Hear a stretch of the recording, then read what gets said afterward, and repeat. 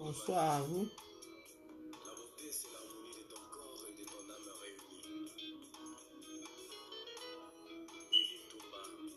Bonsoir.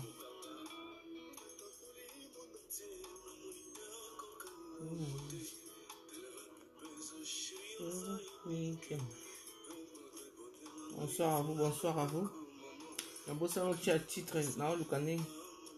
Titre c'est Roubaix Roi, c'est rétracté.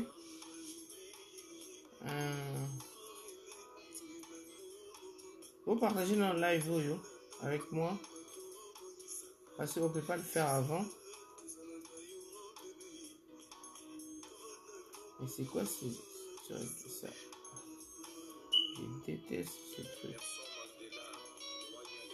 Bonsoir à vous, merci. Bonjour, ça dépend de l'ère à laquelle vous me suivez. Si vous êtes en Australie, ou aux États-Unis, au Japon, en Afrique, nous avons presque le même heure. Même heure.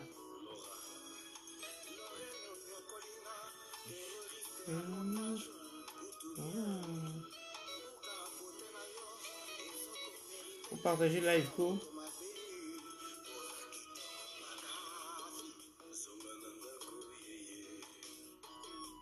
Ah, j'en ai marre ici.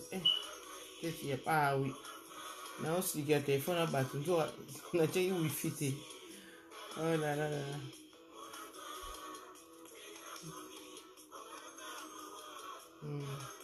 J'arrive pas à visualiser mon fil d'activité.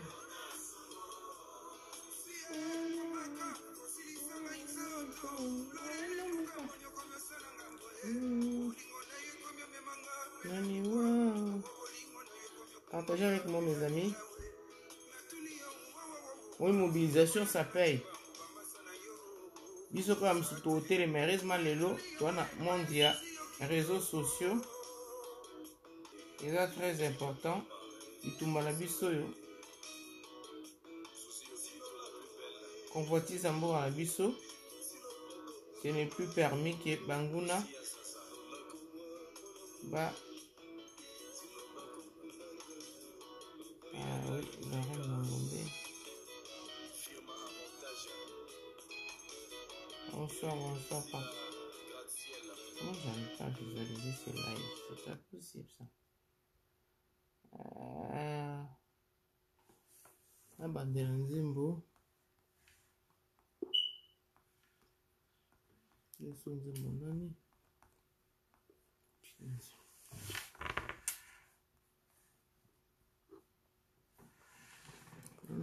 C'est quoi ce truc? Ça bouge pas. Donc, bonsoir. Et puis, aux gens qui ont profité, et puis, il y a Congo. Faut y aller, où est-ce que tu as la tête? Ok, nous l'avons collé, ok, nous l'avons collé à mon frère. Comment je peux arrêter ça? Publicité à Batou. Aïe.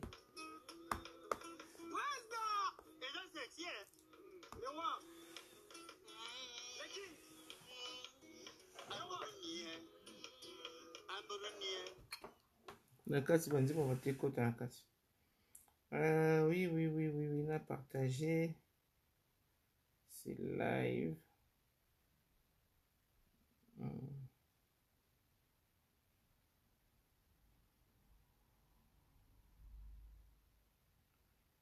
Bonsoir, bonsoir. On a partagé pour que Batubaya Momke tous solo là.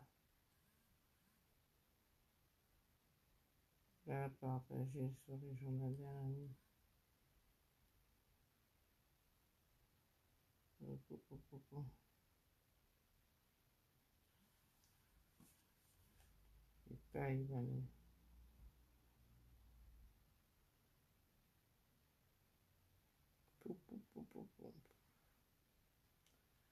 Bonsoir, Mousseda.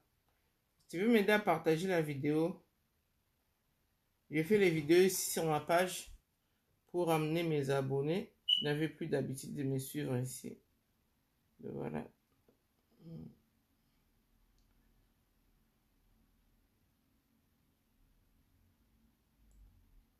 Zalata.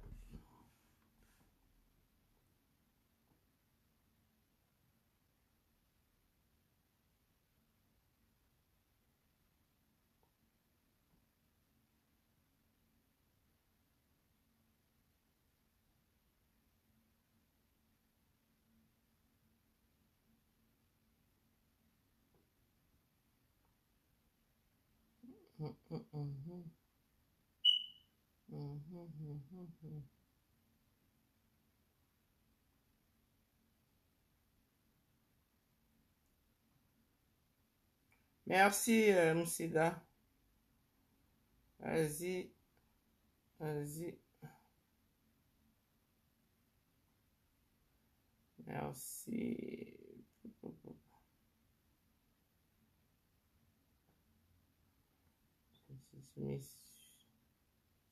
Ce truc, il est bizarre. Il me montre autre chose. Et pourtant, je viens de partager. Et live ici, mais ils ont bien raté. C'est fou. Mais bon, je voulais juste un petit peu partager ici. Je ne comprends pas ce téléphone. Voilà. Ah oui. Qu'est-ce qu'on peut faire? WhatsApp.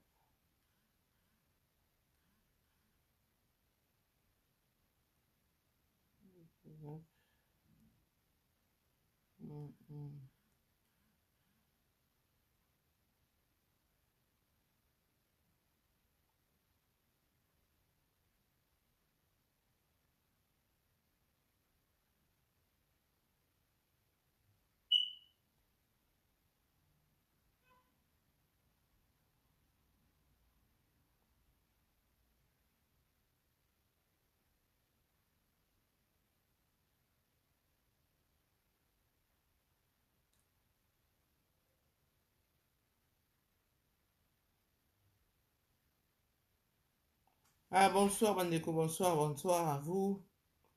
Merci, merci.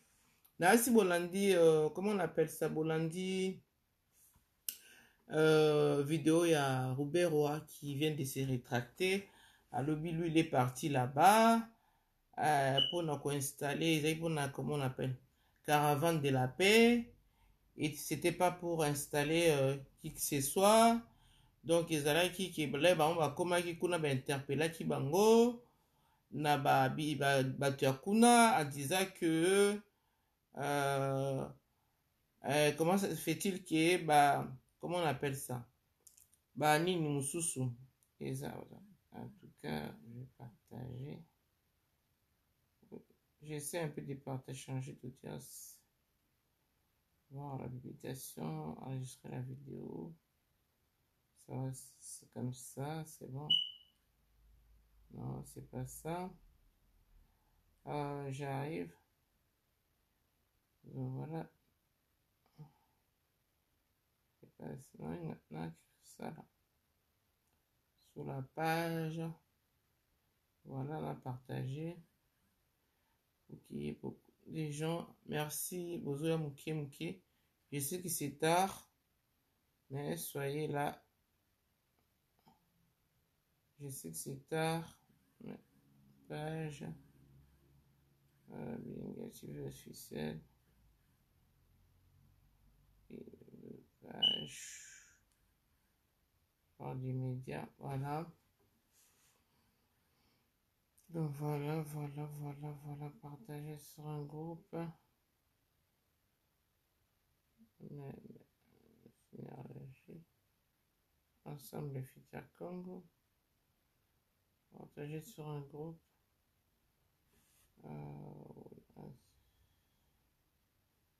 Chez ML. Voilà. Pardon.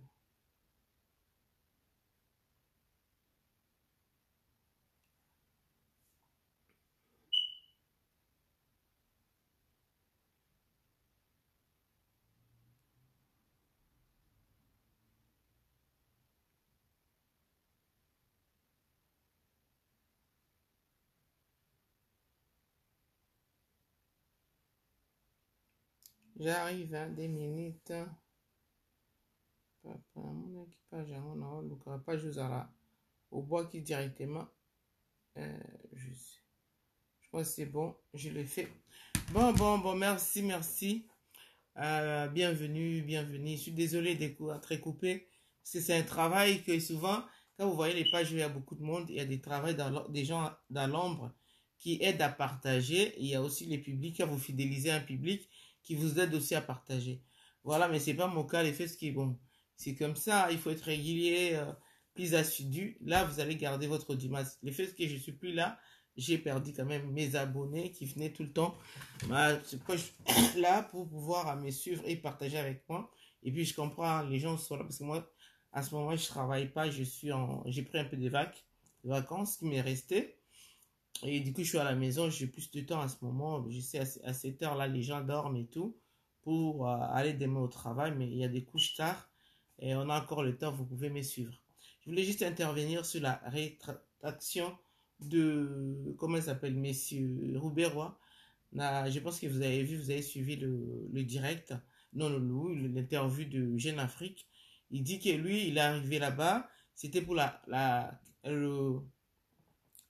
comment, la mission de, comment on appelle ça? Caravane de paix. Il n'a pas le droit ni la responsabilité de nommer qui que ce soit. Et cela s'est passé parce qu'ils étaient interpellés, parce qu'il y avait d'autres communes qui étaient installées. Et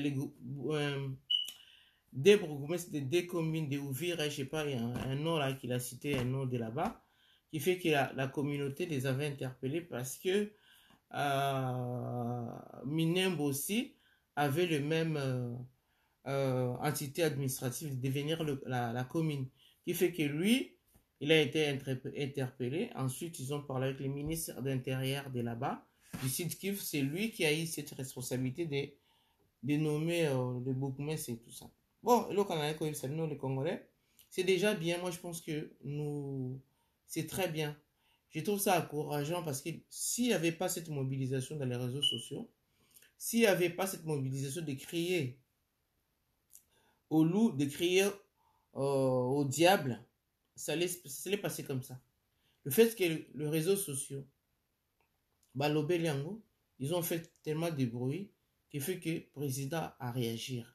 Malgré le président Azala qui à l'étranger ne pouvait pas se prononcer de l'extérieur, Azala comme sur le terrain, vous voyez bien que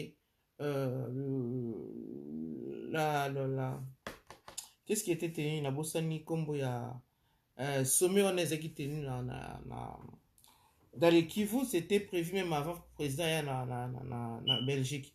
Sauf que ayako ya na Belgique na ndenge l'équipe au monde makamu super chéri on va ça lango mais lelo ce biloko wana comme ce président a une position na force à cause la mais le fait que la population est accompagnée derrière il a eu cette bonne décision d'arrêter d'annuler cette décret qui l'installation même pas des décrets mais l'installation des Minembwe et ngolo bani bandeko na ba congolais que biso photo aider mon konzi oyo c'est pas pour moi hein, c'est pour nous là c'est un intérêt général bomoni o likambo salemi bomoni o salemi je pense là. Oh là là j'aurais un problème 2 minutes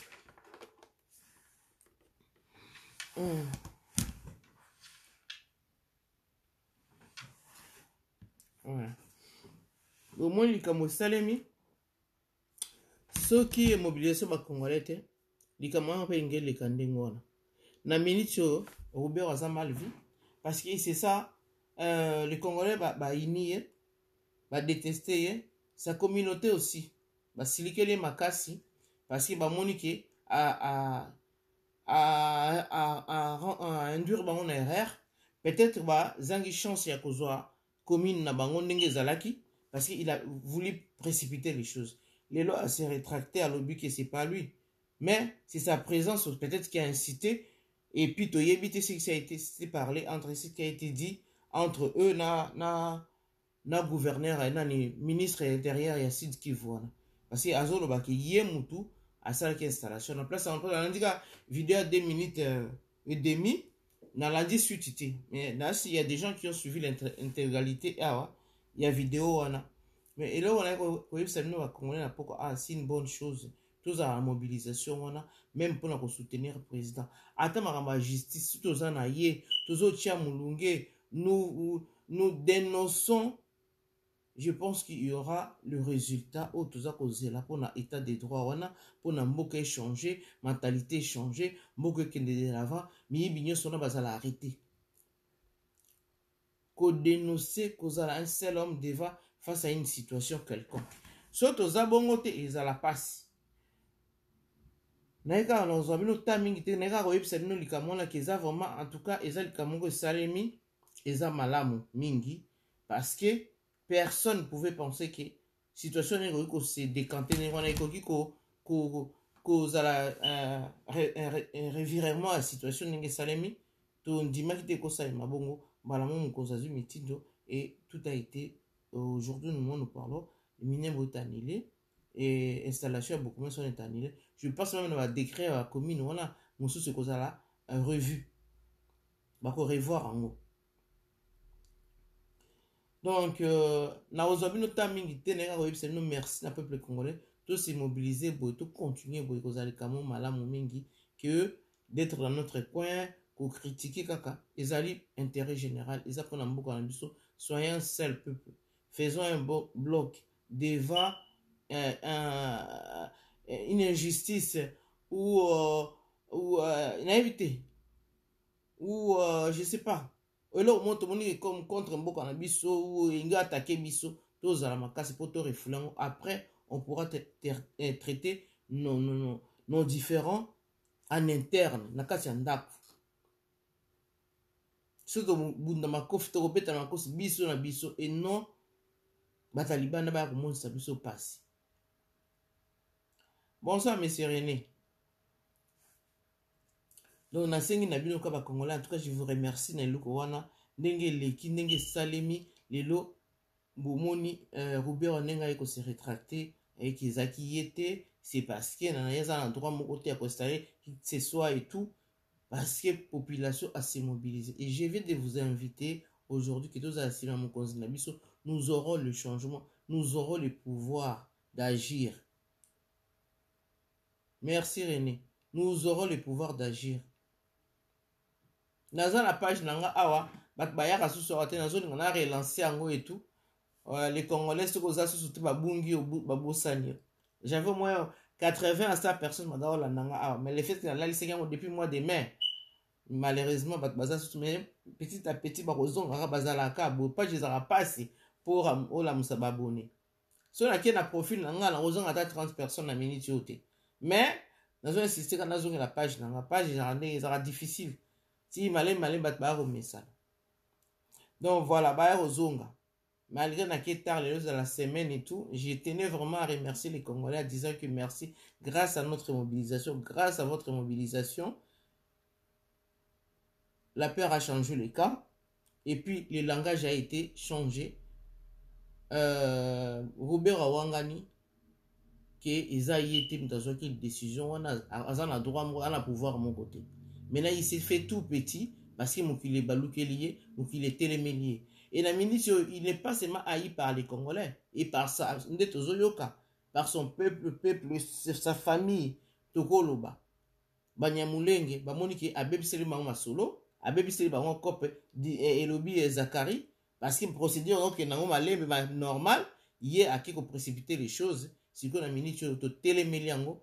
Donc voilà, et vous savez, ma souté le Kouana, c'est ça des Congolais. On veut bien, restons chez nous, nous sommes des Congolais, vivons ensemble.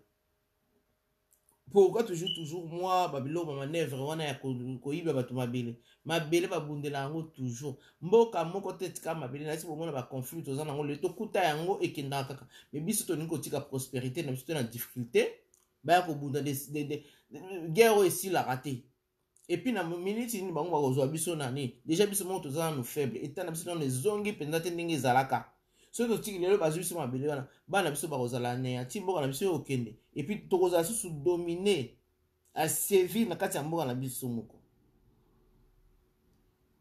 Donc yango vraiment en tout cas eza esengo makasi nde na moni vidéo je m'y attendais pas na moni ke mobilisation ba congolais ba salaki et sali eko président de décision lelo en tout cas tous à la bongo to continuer pour l'intérêt général parce que oh on est à intérêt général tout dans mboka na biso tout monde a mundele atandenge nini so les conflits politiques ils se font des coups tordus des coups bas mais quand il s'agit de l'intérêt général l'intérêt de leur pays est attaqué ou en tout cas ils se mettent à table autour d'une table pour trouver une solution pour faire un front pour attaquer l'ennemi mais ils veulent nous prendre des terres.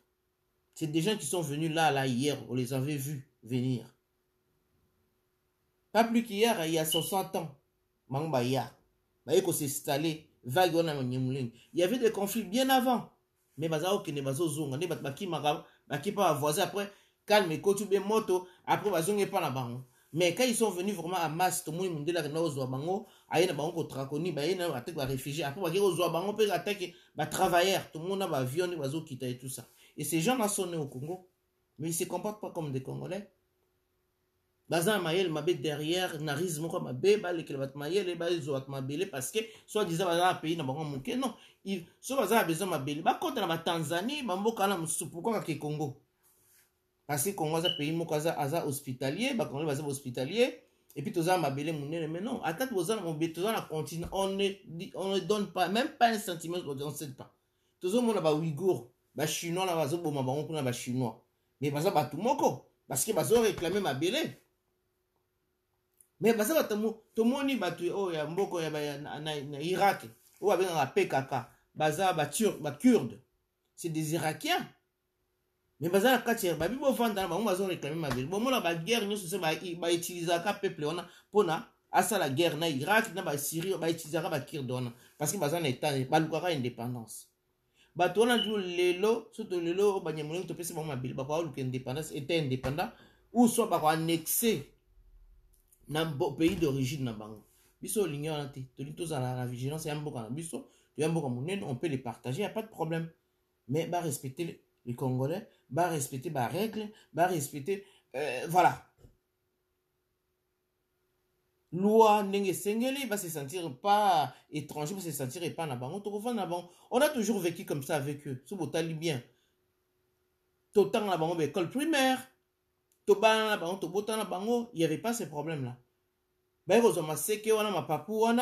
Malgré il y a eu des processus plutôt, il y avait des tentatives, il y a pas de nationalité, parce que mon bout a que l'on a pour la pression des Nations Unies, mais il y a comme une erreur, on a retiré l'ordonnance, on n'a pas pour rien, parce qu'il y a mon acquis déjà.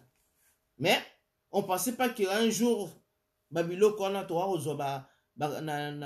97, on a Rwandais na pouvoir na idée à exploiter Congo et à exploiter Congolais on a personne ne pouvait imaginer personne la force tous na ya Zaïre malgré ça qui affaibli régime les a affaibli mais personne ne voyait ces mal venir mutu mo ta ida à mona ki a kanisa ki ngata mukolo mote nous les acceptons de vivre avec eux c'est nos frères mais tolinde ba coup tordi te ba coup baté. Oh vraiment tous à la vigilance et nous on sait qu'on les à la vigilance tout tika makambo boité et tika surtout le beli kamoko to tiki esili faut qu'on landela ngoti na suka makamba minembo wana na makambo mususu koza la vigilance et puis mboka wana côté wana il faut ba congolais qui ne ko se peupler oh bazana ba kivu ba nyemba pembeni faut bozonga ba mboka wana kuna mboka no kotonga kuna nouvelle génération pour na ko peupler mboka wana et ba belé wana ya vide en fait ba savane ba espace les vide c'est comme ça et ils viennent ndenge ni bango bazo vivre comme bazo sepela bazala wana et peut-être on a bazamba parce que ben intérêt za kuna pourquoi pas ba Congolais ba jouir na makambo wana. Moi j'étais même stupéfait, j'étais choqué tout à l'heure quand j'ai entendu ça faut dire que biloko kolia mafuta biloko nyoso ba militaire na biso ba liaka eutaka mboka wana eutaka na ba comment on appelle ça eutaka na Uganda eutaka na Rwanda eutaka na Tanzanie. Ah bandeko nanga. Toko ko epite makambo na fachi auto koma na esikoyo. Mais Kabila mutatika système wana. Mais ça peut risquer pour ça ba empoisonner na nous peut kutu ba militaire ango. Tout le monde a un plan économique qui va bilanga na bango pour nourrir Congo. Bazo s'enrichir dans les deux de Congo parce que bazo laisser ba congolais. Et ça vraiment une partie économique mora munene parce que banini ravit bango ba ravitailler côté wana nyoso. Bango ba laisser Congo. Et pourtant c'était le contraire. Avant c'était ça. C'est Congo qui faisait manger toutes ces frontières là. Mais lelo économique bango bazo laisser biso. Mais ça peut être dangereux. Imaginez-vous que ba baby si mafuta wana ba baby si ba loso bani ba yoko pesa ba militaire na biso ba komi malade nana okenga la frontière comme ça doit être interpellé le président de la République. Et pourtant biso zanga na ezai mwana muke na mwana mboka na biso tozaki na biloko nyoso bango kuna na Kivu ba pomme de terre ba poireau tout ce qui est légumes parce que bazana banini comment on appelle bana climat moko tempéré oyo esaka biloko neti na poto ba pomme pe biloko ezaka na oyo basaka na mondela asaka na pretawa kuna epa na bango ebana obima na kota Goma kuna bamboka neti bakisangani ona baloso toye na loso bumba toye na loso na Ozaire ba café tozaki na nyoso région nyonso ezaki ko produire biloko kolia ba fufu nyonso biloko nyonso congolais ezaki kolia et ozo uta na kati intérieur à Congo. Maintenant biloko na banzele kufa ba passe kota ba révité mais asouté ba agriculteur ba asu na ba machine te ya kosala bilanga ba biloko nyonso ka compliqué makambo nyonso ekufa. C'est à réveiller. Nga na moni idée ya mokonzi ndenge na moni ke akene idée ya kozongisa agriculture ezala malamu mingi. Ekozala malamu mingi ba bilanga ali ezonga na moni lelo bon na moni pe na Kasai kuna e balotonga ba bilo yemo pa lobai kuna ko tia bilanga kuna na Kivu en tout cas faut ba bilanga ezonga po biso comme population so congolaise tozai ko lia na banini ba produit na biso intérieur bambisi biloko toana bezo kutute kutalibanda apaka ba oyo soso système ba Thomson wana na ba soso ba wiki wana oyo koma lelo na lepo na boso to wana benga ngo ebembadula et ya kokota. Mais on n'avait pas, on pouvait quand même biso moko na ni na biso ko laisser population en interne. Moi je me rappelle dans moi la muketo ki ne ba iziro ba des milliers d'hectares de kilomètres ba café. Il y a ba café biloko nyos on produisait tout au Congo. Tozana ba sorte ba lo se belé. Banguba onde banguba lelo ni tozanga ki na Congo, on manquait rien du tout. Donc voilà, moi mouki na yeko ya nango awa bo partager ka vidéo bato ba komona ngo te na vraiment ko féliciter tous à mobilisation wana et puis ndeto se mobiliser pona mo ni na mokonzi na bi pona nini pona eloko minemba to se mobiliser tous à derrière mokonzi to landa ye to soutenir projet na ye to soutenir programme na ye to za la bomo to pese makasi. C'est encourageant. Po likamnyo sa kosala ta biso na poto to bénéficier te po biso bata poto to alimataka en kuna biso bata poto to alimataka makama mabe nde batakishisa ba otala biso mutu lelo to komisiki racisme to komisiki ba division ba session de se mase bata poto soki biso to bénéficier na makambo to bandeko na biso ba ko bénéficier nango alors to encourager tous za eloko moko maloba nanga suko yango wana tala likama minembo ndenge salimi soto kena ba projet mokonzi soto soutenir yango boto pese mambo to za encourager et ko pese sous motivation asa sous plus akanisa sous malamu pour ndenge ami mambo ka tongo na mboka na biso eza par terre bozo mona ba bateau dans les roues mais bino neti bata FCC moko mona mona ko mo kitsa bendele babani ko saler na fati félicitations. Na moni pour la première fois na moni mutu moko mutete la moko aza soki mutu akisankuru aza autorité na bosani poste na ye aza mutu alamuka mais a féliciter likama minembwe. C'est comme ça. C'est pas parce que vous avez une opposition de likama minembwe bo fustiger bo critiquer critique négatif plutôt. Non. Likama minembwe pesa pe ya malamu moi adversaire na sali opposant au bétélé na maboko. Likama minembwe pesa otiki na diversité de côté au soutenir yé. Au bibo likama pour les intérêts généraux pour na biso, pour na trésor public, pour l'intérêt général. Pour na biso. Maramusu total en sima. Mais Batumusu ba monika ba sauter. Ba la mort masasi et pourtant ils ont ridiculisé bango, ils ont tout régressé bango na code de popularité na bango qui t'a pas na buzo ba ko intervenir au moment où il faut intervenir té. Pour inciter toujours ba na division la haine. Ils ont la sens té. Net exemple mon concret na représentation parce que vous comprenez na olo banini. Likambo fayu la basa recensement parce que toza recensement na ndenge ni toko yeba toza combien if à partir de recensement toko yeba so toza na étranger bon na mboka na biso pour ko falsifier identité na kata terrain eza difficile peut-être ko falsifier on na mikanda mais ba ko na morphologie na yo accent na yo ko funda toko démarquer ba tebele ndeko démasquer ba tebele bongo eza très important to ça recensement to yeba. Et le chroniqueur, journaliste, n'a pas 12 millions de morts. Mais au moins, l'élection, tala va voir côté kuna. Beaucoup 12 millions de morts, on a, bah c'est quoi? Bazalaka na bakufate. Ça veut dire la tricherie là-bas. Il y a des étrangers là-bas. Ndena loba ki lobby que beaucoup de nos dirigeants, au bazakuna, bango ba provoquer makambo ya nyamulengi ba kotisi ba rwande belé pour na intérêt na bango personnel ba gagner na élection na ba opesa ba kaboli ba carte d'électeur to wanango nango avant ba élection ba rwande ba bilongi ba carte d'électeur na bana ba mike ba carte d'électeur nyoso na pona ba voir na bango ba zwa na élection ba voter bango ba bimana pour l'intérêt na bango ba zo sacrifier ba belé na bango. Je pense que eloko ekote ya bango belé. Et loko ekote ya bataki vone belé. Basangani na bango baboti na même biso na chito sangani mais modèle wana te. C'est pas pour rien mona mundele azara alingaka mixité wana te ya ba couple. Na yeko mona ngo batu musufu garda ka race na bino pire c'est très important parce que boko perdre lignée na bino boko perdre race na bino sangisa wana. Et puis makambebele boko yiko vanda boza la communauté mais batuna na ndenge na ba éviter makambebele. Ba yebi pourquoi pona nini ko sangana na ba sangana ba métissage ezala ba conséquences nango.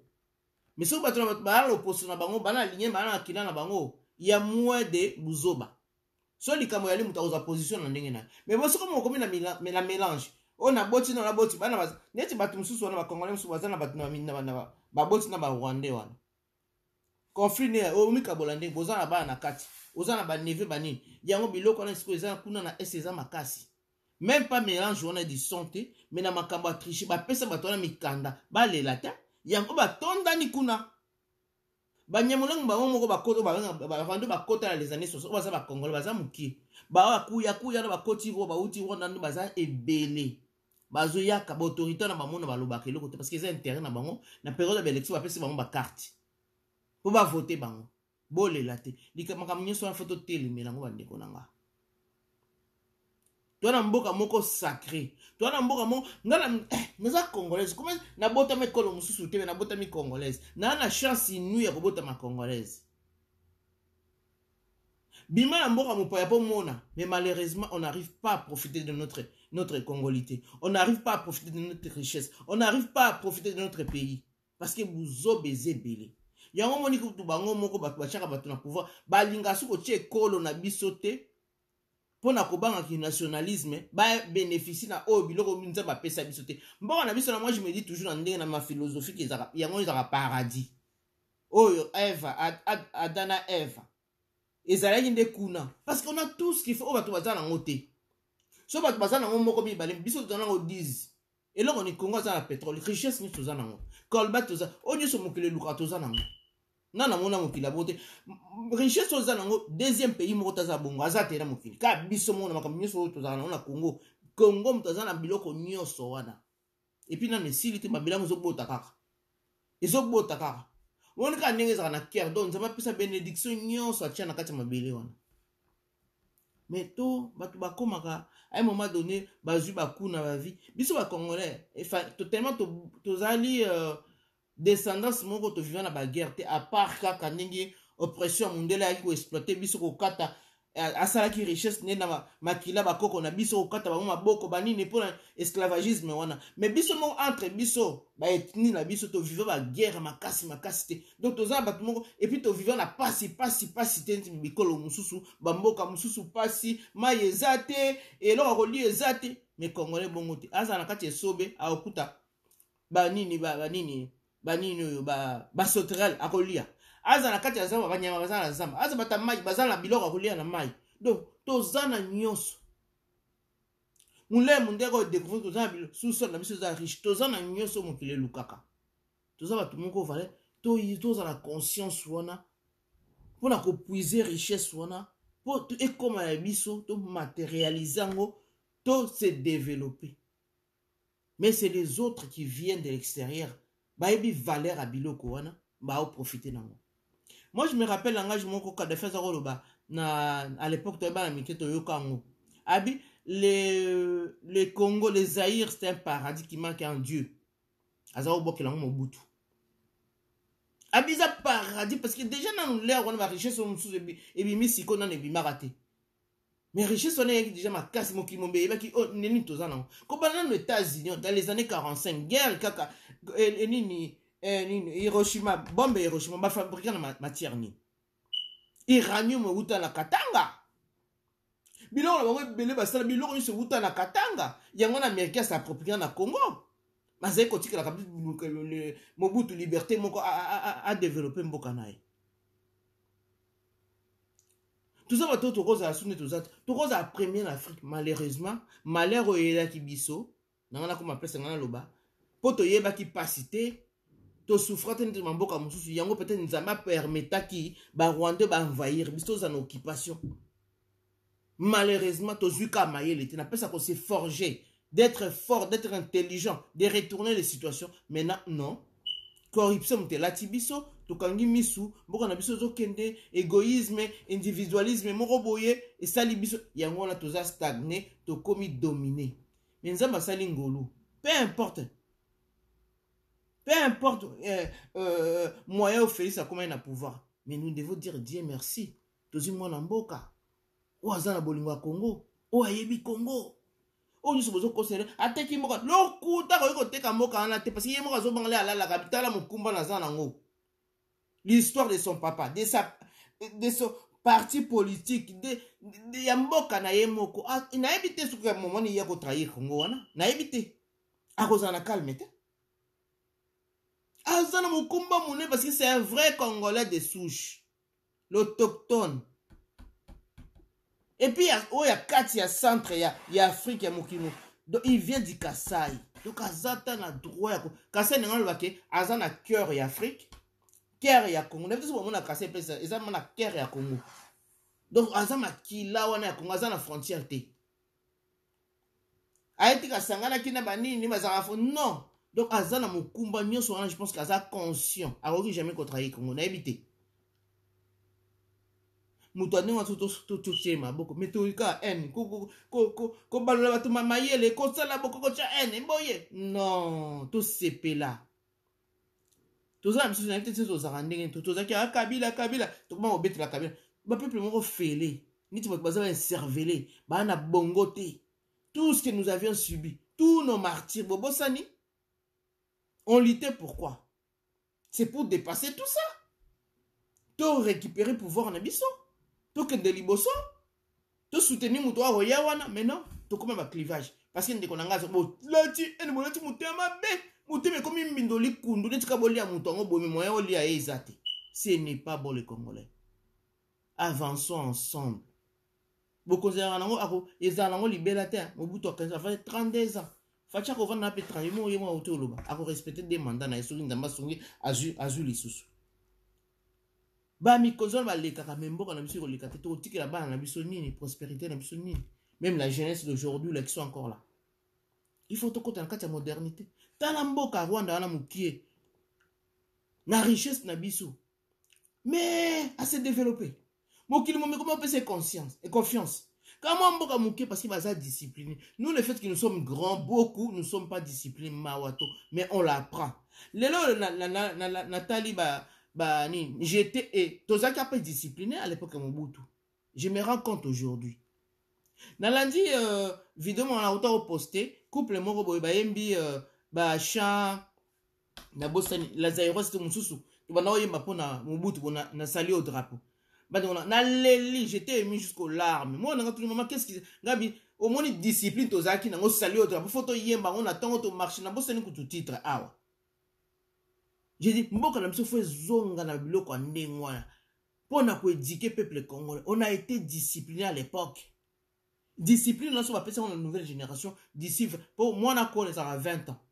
Pour moi, on a à côté de la vie active. Moi, on a malgré ça, l'université. Mais moi, un être humain, à ça, le roi, il y a 5 ans. Moi, il y a un souffle, tout le monde a un herbivore.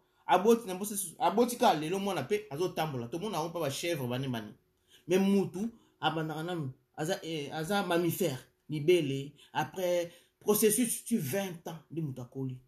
C'est que génération où elle est tout éduqué pour ne simba Congo wana. Oh précédent il y a 20 ans Kabila aux hommes on a qu'à faire on réseaux sociaux. Mais nous sommes pourrité. Mais biso c'est nous là qui sont encore vivants dans Basungi biso tozaki to moni époque ya Mobutu ne tozalaki to ko vivre époque Kabila awa nan tozo ke na fachi. Bande konanga. Tout ça là quand même effort ko. Tout c'est pela. Pour ça que c'est un sport, tout ça ni mangongo ati mutu monga longole Kabila pour to ko bomba to sa to ko kiangote ti be élection comme la fachi on a to kenet la même élection élection ninga ko tika pouvoir malgré pouvoir on ngolanga ya tengu mais ça ka pouvoir tout monde ninga za ko agir hein tout monde ninga za ko poser ba acte za ko poser ba action bo moni kama minembwe en tout cas bino bato boyima ete ya bino à partir ya minembwe to sungande mokonzi bonga na suki na ozwa mino ta mingi te parce que to komitar bato balali na yebi bato bakola na moi live lobby mais na senga bo partager bozonga awa ne tozaki liboso. Donc allez ba gros bisous, merci en tout cas de m'avoir suivi. Na moni deux personnes baza na fidèle, na moni René Azali, na moni Moussé Dazalaki. Donc voilà, en tout cas merci de m'avoir suivi. Mambo tebele place boza, nzama pambola bino. En tout cas on est là pour notre Congo, on est ensemble pour nous vraiment asunga mokonzi na biso, APC Maël, APC Boigna pour na asunga Congo na biso to longwa na pas tozali. Na moni kuna za na sengo na yoki rénovation mama yemo et na moni kuna na Kasai kuna misale bandi ye wana pa alobi susu misale zo banda na Kivu na si ba côté mususu bisi na Équateur wana pe misale ko banda. En tout cas mboka ezala bongo. Ba projet ndingo eza sengo mingi. Parce que mona mona kala ezala te. Mokonzi ndingo na bo sepela te. Bon, si on a pouvoir on a plein main à 100%. Imaginez-vous. Na minute to ba makamususu. Na minute to ba makamususu. Pour après ce qui a marqué coup na makamba 100 jours malheureusement bango nyo so wana batu mabeka ka bazana yeme bazali ko linga ete balinga ba ko esayi. Mais nzamba ça le content match ndenge est tourné. Mais mokonzi na biso en tout cas to tche maboko ezali bénédiction qu'on a aux amokonzi. En tout cas franchement pour na bénédiction parce que c'est un Congolais de souche. Auto bana ola mikolo nyos. En tout cas si on a continué comme on a okene là na rotikate na continuer au loba. Voilà. Merci à vous, bonne soirée, que Dieu vous bénisse. Ciao.